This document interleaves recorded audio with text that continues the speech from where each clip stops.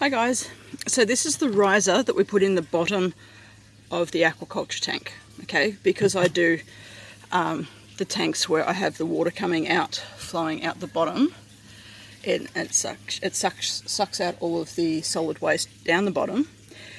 There's a big hole, and the hole is the size of this pipe in the bottom, and obviously we want the solid waste to go down there, but we don't want the fish to go down there, so this is what's called a riser. Now, people often say everything's so expensive if you buy aquaculture. Well, it is. To buy one of these from the aquaculture company, it's $168 or something like that, 69, 160 something.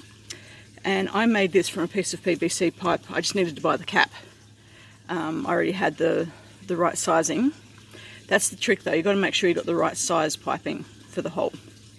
And it took me, I don't know, maybe 20 minutes to drill all of the holes, and yes, I know I'm nice and neat, that's kind of how I do things, but it makes it easier for me. And that means I've got a real good strong water flow going through, and that'll suck all of the solid waste through, but it won't let the fish go through. One thing to be mindful of though is if you've got small fish, you'll need to drill smaller holes.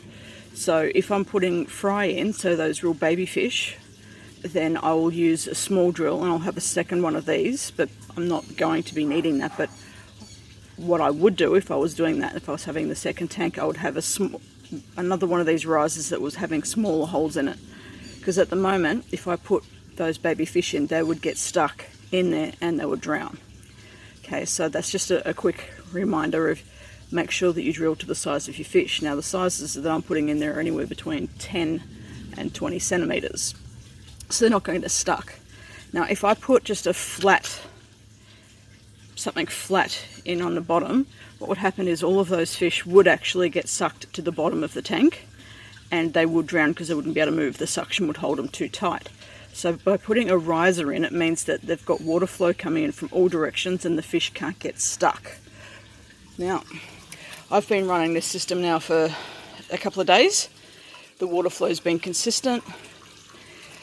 Everything's been good. So I actually did have this in for the last 24 hours and the flow was right, but I wanted to make sure I could pull it out and show you.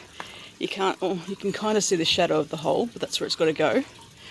You put that in there and you make sure that you leave it for a few hours, that the flow is still consistent. Then you move on to the next section, which for me is the solid waste remover. However, I'm going to do that. Honestly, I'm just going to have it as a separator, and I'll have a secondary filter inside the sump. That's how I'm going to be doing it. So when I put this riser back into that fish tank, I already know that the flow is in a good place. I'll move straight on to this filter, this first mechanical stage filter, and then I won't do anything on the inside here until I know that that part's right. If I put it all together, all those little bits and pieces and extra plumbing, and then something doesn't work right, the flow's off, you then have to go through, pull it all apart and work out which stage you need to look at again. So for instance, the non-return valve for this pipe here that leads to the backup pump, it's arrived. Now I can put that in there, but unless I've made sure that everything else is flowing smoothly and I put that in there, I want to make sure that it's going to work right too. So I need to make sure that every other component is fine before I add a new component. Okay, so that's where I'm up to at the moment. The riser has been in, so I'm just going to pop it back in. I've only taken it out to show you. So I know that's part's right. I have no doubt that adding a tiny piece of plumbing in that separator is going to be fine. But I will still add it, and I will still wait, and I'll still make sure that everything is still balanced and is staying at the same height that it needs to. And then I'll go in and I'll add the non-return valve to that middle pipe.